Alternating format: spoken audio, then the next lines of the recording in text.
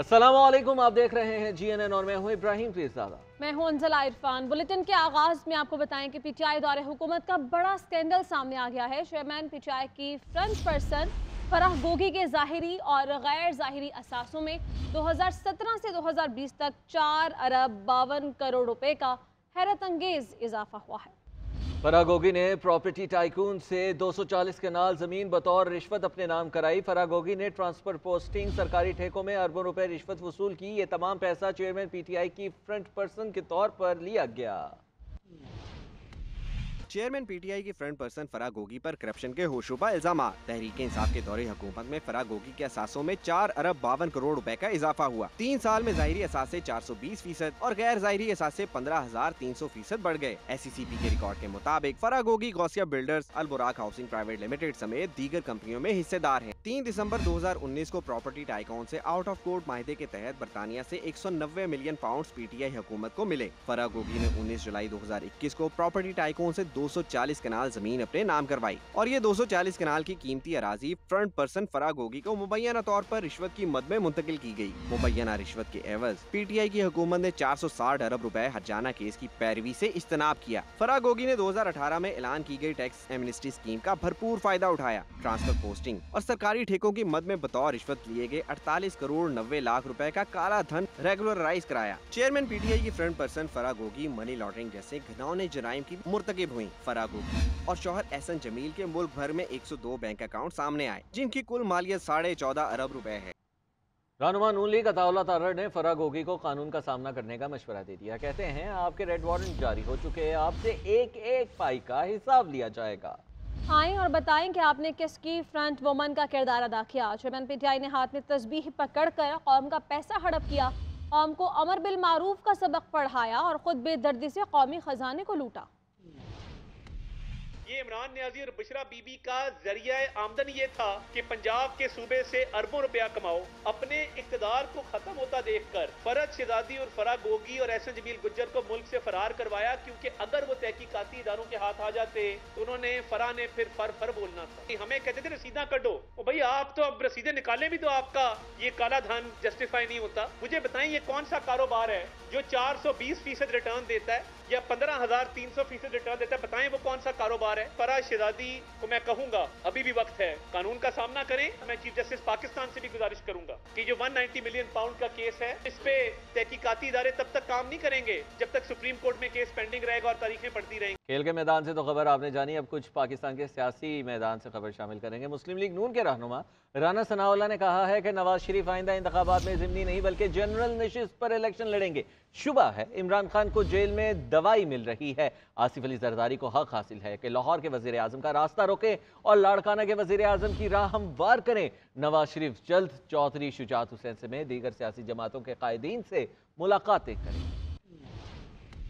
मुलाकात तो मियां नवाज शरीफ साहब का इरादा है कि वो तमाम सियासतदानों से करेंगे, तो उसमें जो क्यू लीग या चौधरी शुजात साहब हैं उनसे भी मुलाकात करेंगे। हम तमाम सियासी जमातों को साथ लेके चलना चाहते हैं और इसमें तमाम सियासी जमातें जो है वो शामिल हैं। जरदारी साहब को अपनी पार्टी का सरबराह होते हुए पूरा हक हासिल है कि वो लाहौर के वजीर आजम का रास्ता रोकें और लाड़काना के वजीर आजम के लिए रास्ता हमवार करें। तो इसलिए हमें उनके ऊपर कोई गिला नहीं है। इमरान खान साहब की दवाई का मामला है, लेकिन सच्ची बात ये है कि ये मैं कंफर्म बात नहीं कर रहा, लेकिन मुझे रीजनेबल डाउट है कि इमरान खान साहब को दवाई मिल रही। पाकिस्तान पीपल्स पार्टी ने 30 नवंबर को कोयटा में जलसे का ऐलान कर दिया है। पार्टी चेयरमैन बिलावल भुट्टो के ज़िले सदारत पीपल्स पार्टी बलूचिस्तान के पार्टी रहनुमाओं का कराची में इजलास। बिलावल भुट्टो जरदारी कहते हैं कि आगाज़ हुकूक़ बलूचिस्तान से लेकर इक़्तिसादी राहदारी के असल मंसूबे तक हमने हमेशा बलूचिस्तान को अहमियत दी है। पीपल्स पार्टी 56वें यौम तासीस पर कोयटा में जलसा करेगी। बिलावल भुट्टो की ज़ेर सदारत इजलास में फैसला। पीपल्स पार्टी के चेयरमैन बिलावल भुट्टो जरदारी की ज़ेर सदारत पीपल्स पार्टी बलूचिस्तान का बिलावल हाउस कराची में अहम इजलास हुआ। इस मौके पर चेयरमैन बिलावल भुट्टो जरदारी ने कहा कि पाकिस्तान पीपल्स पार्टी आम इंतखाबात में भरपूर तरीके से हिस्सा लेगी और बलूचिस्तान में हम पहले से ज्यादा नशिस्तें जीतेंगे। बिलावल भुट्टो जरदारी का कहना था कि आइंदा आम इंतखाबात के नताइज साबित करेंगे कि हब से कोयटा तक पूरा बलूचिस्तान भुट्टो अज़म के चाहने वालों की धरती है। इजलास में पीपी शोबे खवातीन की मरकजी सदर फरियाल तालपुर भी मौजूद थीं, जबकि पीपल्स पार्टी बलूचिस्तान के रहनुमाओं में मीर चंगेज जमाली, रोजी खान काकड़, सरबुलंद खान जोगेजई, नवाब सनाउल्लाह जहरी, जनरल रिटायर्ड अब्दुल कादिर बलोच, सैयद कायम अली शाह और दीगर रहनुमा भी शरीक हुए। हमीद सोमरो, GNN, कराची। गुलाम सरवर खान भी इस्तेकाम पाकिस्तान पार्टी को प्यारे हो गए। टैक्सिला में जहांगीर तरीन और अब्दुल अलीम खान ने पार्टी का झंडा साबिक वफाकी वजीर के गले में पहनाया। जहांगीर तरीन का कहना है कि दूसरों को गालियां देने के बजाय मुल्क की तरक्की के लिए मेहनत करेंगे। गुलाम सरवर खान का कहना है कि 9 मई ने पाकिस्तान को बहुत नुकसान पहुंचाया। PTI ने अपनी सियासी गलतियों की वजह से अपना एतमाद खो दिया। इस्तेहकाम पाकिस्तान पार्टी ने तहरीक इंसाफ की एक और मजबूत विकेट गिरा दी। जहांगीर तरीन ने भी नया पाकिस्तान बनाने का ऐलान कर दिया। तहरीक इंसाफ के साबिक रहनुमा गुलाम सरवर खान ने इस्तेहकाम पाकिस्तान में शमूलियत इख्तियार कर ली। टैक्सिला में जहांगीर तरीन और अब्दुल अलीम खान ने पार्टी का झंडा साबिक वफाकी वजीर के गले में पहनाया। पार्टी में शमूलियत की तकरीब में इस्तेहकाम पाकिस्तान पार्टी के दीगर रहनुमा भी मौजूद थे। जहांगीर तरीन ने तकरीब से खिताब करते हुए कहा कि अब पुरानी बातें भूलें, आगे की तरफ देखें। PTI में शमूलियत से बहुत उम्मीदें थी। हम नए पाकिस्तान के लिए इस जुमात में शामिल हुए। हम नई रवायत कायम करेंगे, दूसरों को गालियां नहीं देंगे। वो पुरानी बातें में नहीं जाना चाहता। मेरी हमेशा की आदत है कि पीछे मत देखो, कम देखो अगर देखना है, मगर आगे देखो, आगे बढ़ो, आगे देखो और ऊंची सोच रखो और लोगों को साथ लेके चलो।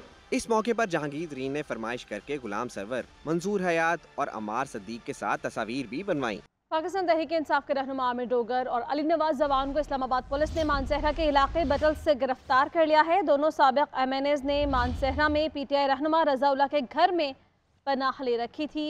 PTI के रहनुमा आमिर डोगर और अली नवाज जवान को इस्लामाबाद पुलिस ने मानसहरा के इलाके बटल से गिरफ्तार कर लिया है।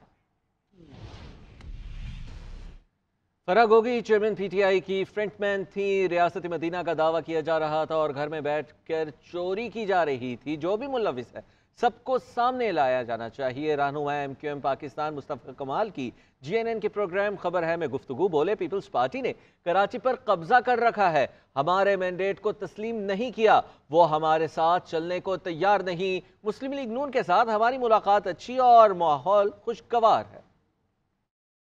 मदीना की बनाना चाहते थे, वो इसको अमर बिल मारूफ का वो नारा लगा रहे थे, लेकिन उसी वक्त वो अपने घर के अंदर बैठकर उससे बिल्कुल बरक्स सारी चोरियां कर रहे थे। लोग ये समझ रहे थे कि वो आकर बताएंगे कि उन्होंने इस मुल्क में 4 सालों में लोगों के लिए क्या किया। 4 सालों में उन्होंने आकर पहली प्रेस कॉन्फ्रेंस में सिर्फ और सिर्फ ये बताने के लिए आए कि फराह गोगी बेकसूर है, वो बेचारी है। दुख और अफसोस से मैं कहता हूं कि इस मुल्क के नौजवानों को एक बड़ा सेटबैक है। अब इस नस्ल के लोग तो किसी के ऊपर यकीन जो है वो नहीं करेंगे। हमारे पास चॉइसेस क्या है? पीपल्स पार्टी यहाँ की बड़ी पार्टी है जिसकी सिंध में हुक्मरानी है। 15 सालों से उनकी यहाँ पर हुक्मरानी है। पीने का पानी आता नहीं है। जो पानी लाइनों में आता था इनकी हुकूमतों से पहले, आज उसी पानी की लाइनों में हाइड्रेंट्स बनाकर चोरी करके अरबों रुपए का पानी हम ये बेचते हैं। और फिर इनका जो एरोगेंस है वो संभलने के लिए, रुकने के लिए तैयार नहीं है। रियासत बना ली है उन्होंने अपनी, वो टेरिटरीज पर कब्जा करना चाहते हैं, वो इलेक्शन लड़ना नहीं चाहते।